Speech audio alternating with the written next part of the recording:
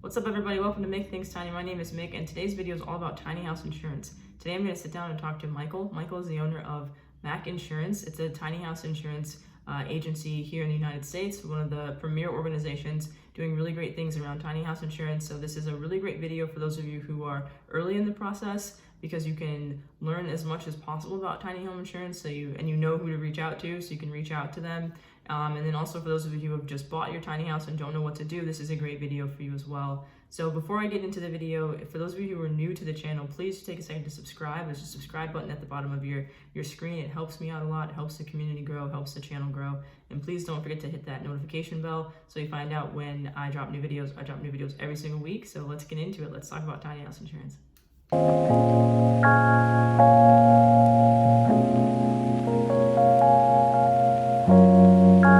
Thank you so much for being on the channel. I'm super excited to talk to you and have you sort of like share a little bit about tiny house insurance. Do you mind just taking a few minutes to tell us a little bit about yourself and like how you got into specializing in tiny house insurance? Yeah, of course. Um, so I have been in the insurance industry since, let me see, 2012, since 2012. And I've been insuring tiny houses for, I want to say, about 7 years now. What do I say about 7 years? And the industry has really changed since I first started insuring tiny houses. Um, the product back then was not the same product that we have now. It's a much better product. It's a much more affordable product as well. Um, just a little bit about it. Our agency, along with, I guess you could say, like a partner agency or buddy agency, um, we're the only two people that I know of that offer a tiny house homeowners product, meaning that it's a tiny house policy structured like a homeowner's policy. Mm-hmm. So it's not an RV policy. It is not a mobile home policy. It's none of that. It's specifically made to insure tiny houses. And the big advantage to that is that with RV or mobile home policies or whatnot, there's a lot of restrictions, there's exclusions, there's things that make it difficult to really use your tiny house like you really want to, because you could be maybe have the policy for 6 months, a year, who knows how long, and we get a lot of people coming to us because they get non-renewed or they had some sort of restriction that they unfortunately, um, kind of like a violation, you could say, of the insurance policy. So in our policy, we don't have to worry about that kind of stuff because it's meant for that. We know the type of people who are living in tiny houses or want to use tiny houses even as rentals. We can do that as well. So we have a lot of flexibility, and we can do self-built, certified, non-certified. We can do it all. So very, very flexible with our agency and our policy. Mm-hmm. That's great. I think that, I mean, just what you're saying right there, I feel like most people wouldn't know about that. I don't know anything about tiny house insurance. The only thing I know is that it's important to insure it when it's moving too.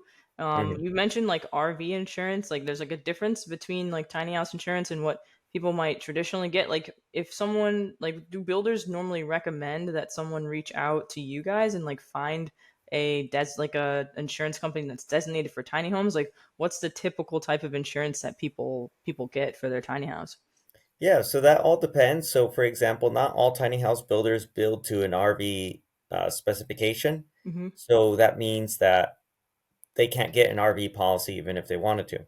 Okay. But if you can get an RV policy, there is there's most likely going to be some restrictions. So, like for example, with Foremost is thrown out a lot, but Hmm. again, they get a lot of, they turn down a lot of people because it has to be RV certified, and they can do full timer insurance, which means somebody's living in it full time, but they can't move it. Oh, okay. So like it's one or the other. Our policy doesn't have that restriction, but yes, RV policies are what most tiny house dwellers probably try to get, but at the same time, it's not the best fit for most people. Hmm. And if they wanted to rent it out, well, it's impossible. You cannot. There's not an RV policy in existence that can be used like, like an Airbnb, let's say. Okay. Yeah, if that answers that question. Okay, that makes sense. So what would you say in your opinion then is like the biggest misconception or the biggest thing that people kind of like get wrong or maybe like misunderstand when it comes to tiny house insurance then? So I think what they get wrong about tiny house insurance is just simply not understanding how a typical homeowner's policy works Mhm. versus an RV policy. So Okay. uh, people not understanding how a homeowner's policy works. So meaning that, like, well, if you've never owned a home, you probably wouldn't know how it works. Um, a homeowner's policy has coverage for the house, has coverage for separate structures, your personal items, has liability, and probably has a couple other things on there. And that's how our tiny house policy is structured.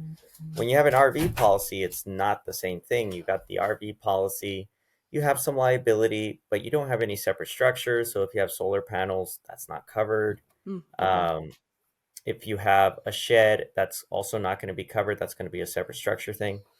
And everything on our policy is on replacement cost.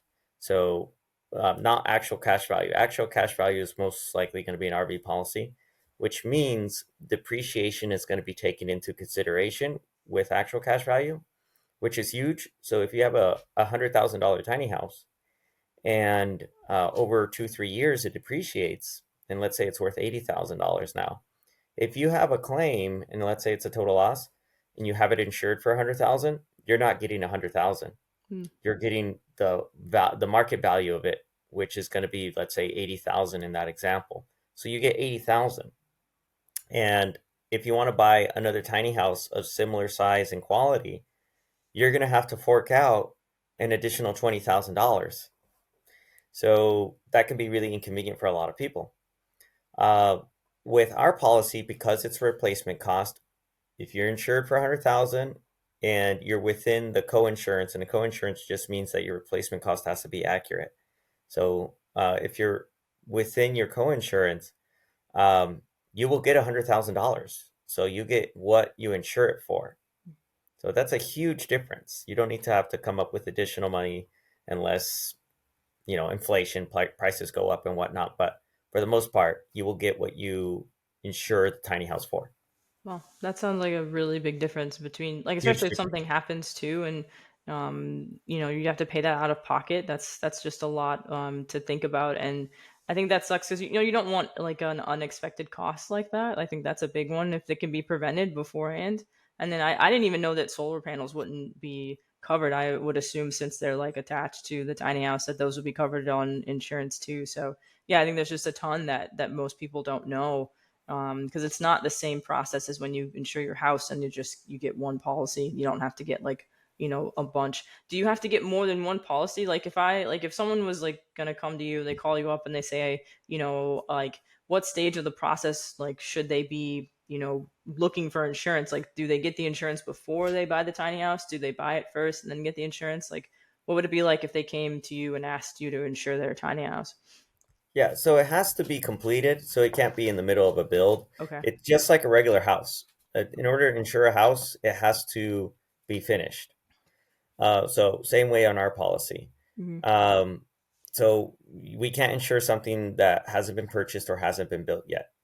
There has been some instances, and this is not a tiny house thing. This is just when you're purchasing a home, kind of thing, just general knowledge that you have to make sure it's in existence before you can insure it. And this is a big problem typically with financiers. So when you get a loan for the bank and they're like, we need insurance because when you get a loan, you need insurance. Well, guess what? The thing doesn't exist. The tiny house doesn't Yeah. exist because most lenders are not structured to be like um, to lend out money for things that are still being built. Okay. Because it's like a home loan, or it can be a home loan. We've had a couple times where it's a home loan, and well, the home doesn't exist yet, and you can't have insurance on it. So like, there's a lot of problems there, and that's not a tiny house thing. It's probably more common in the tiny house industry, but that's Mhm. more of like the banking industry, the finance industry is doesn't know how to handle situations like that. Okay. That makes Yeah. sense. Okay, so you have to have it built first, and then they can come to you. And then do you recommend like a specific type of package to them, or is it just one one insurance policy that they get that covers everything, and do they have to get multiple policies? No, it's just one insurance policy. Okay. Just one insurance policy. And we can customize it. We can add coverages for certain things or remove coverages for other things. Like you mentioned on the solar panels, the reason why that's not covered in RV policies is because RVs don't typically have solar panels. Mm-hmm.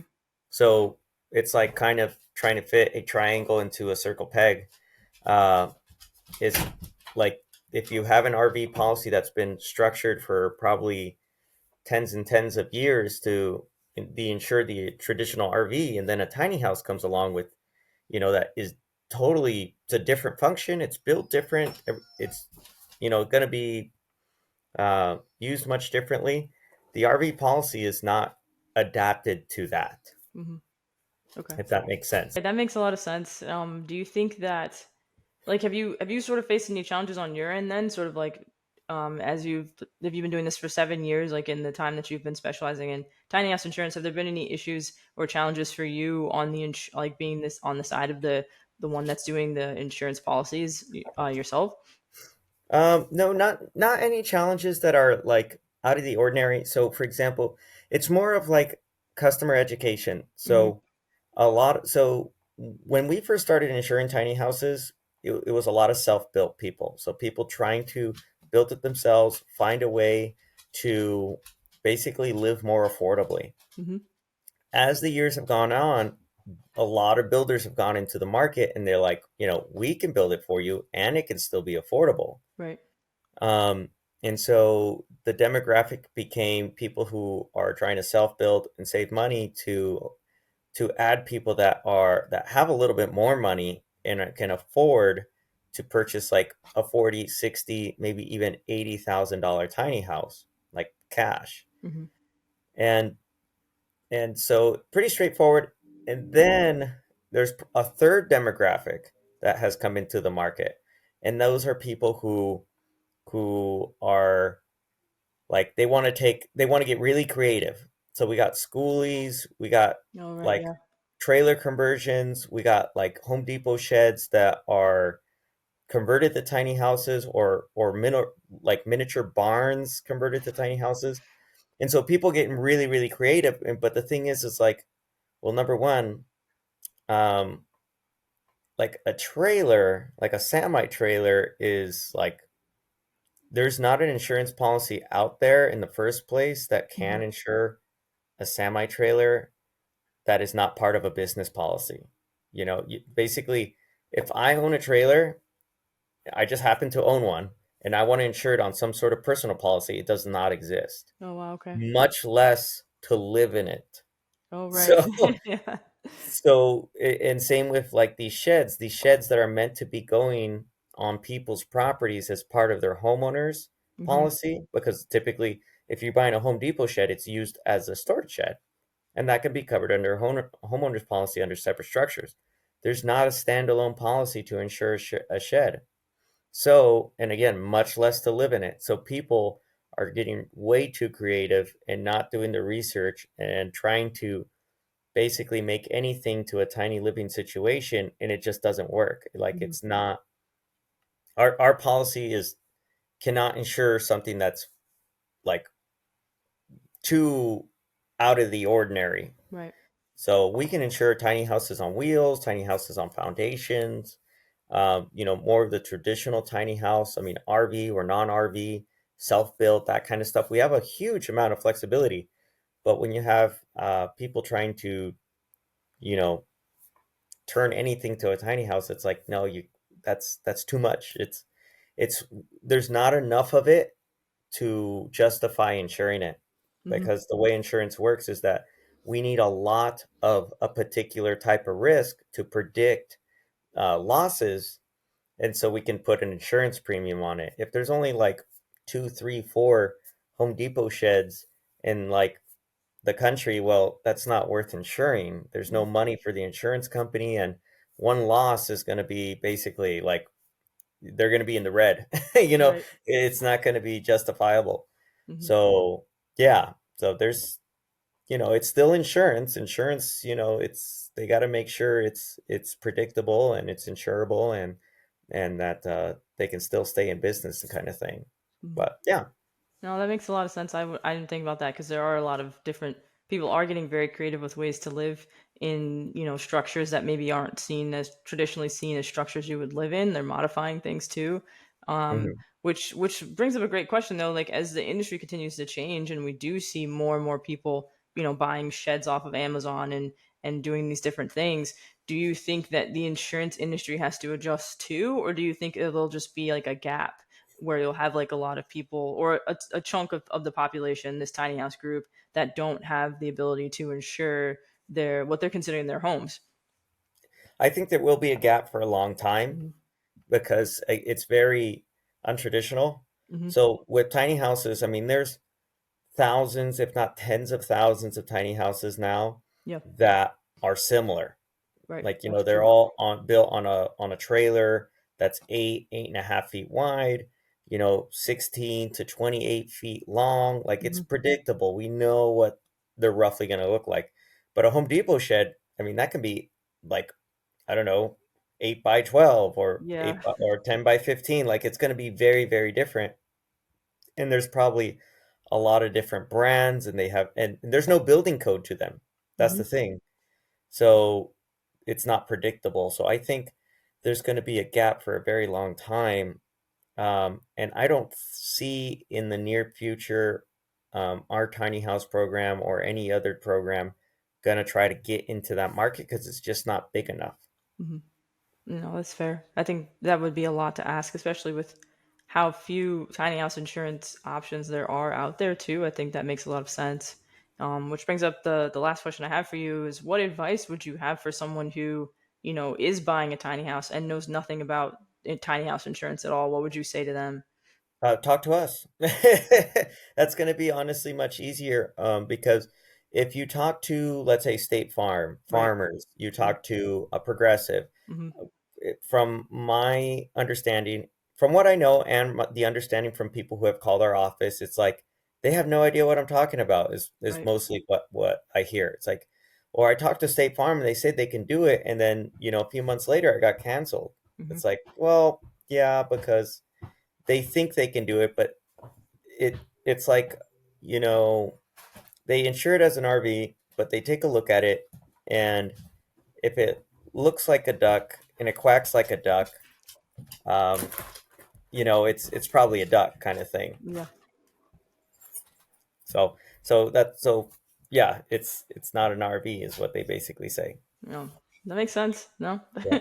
I think that's super helpful, and I appreciate you taking the time to talk to me about this. I think that you've covered a lot in a short period of time, and I think this will definitely address a lot of people's questions. And if people have, continue to have questions, like the link to your website and everything that you're doing will be, here in the video description too, so people can definitely reach out. So I appreciate you taking the time to chat with me, and I'm happy to have you on the channel in the future too, as like things continue to evolve with you and your company. No, I really appreciate it. And if you have any further questions or whatnot, of course, give me a call or check out our website, tinyhouseinsurance.info. Cool. It's a simple enough, easy enough to Yep, remember. that's All right. right. Thank you. We'll talk soon. Not a problem. Thank you.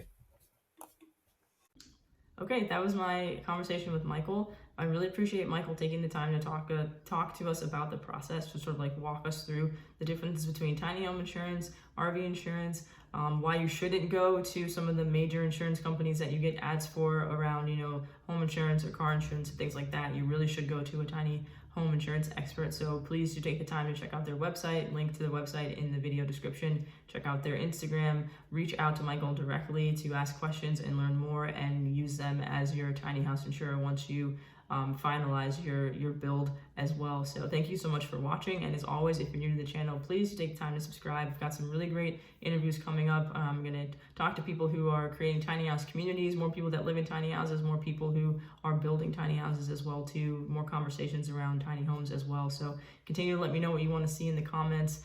Feel free to send me an email if you have questions or comments or anything like that. I'm here for you guys, and as always, don't forget to think tiny. I'll see you guys in the next one.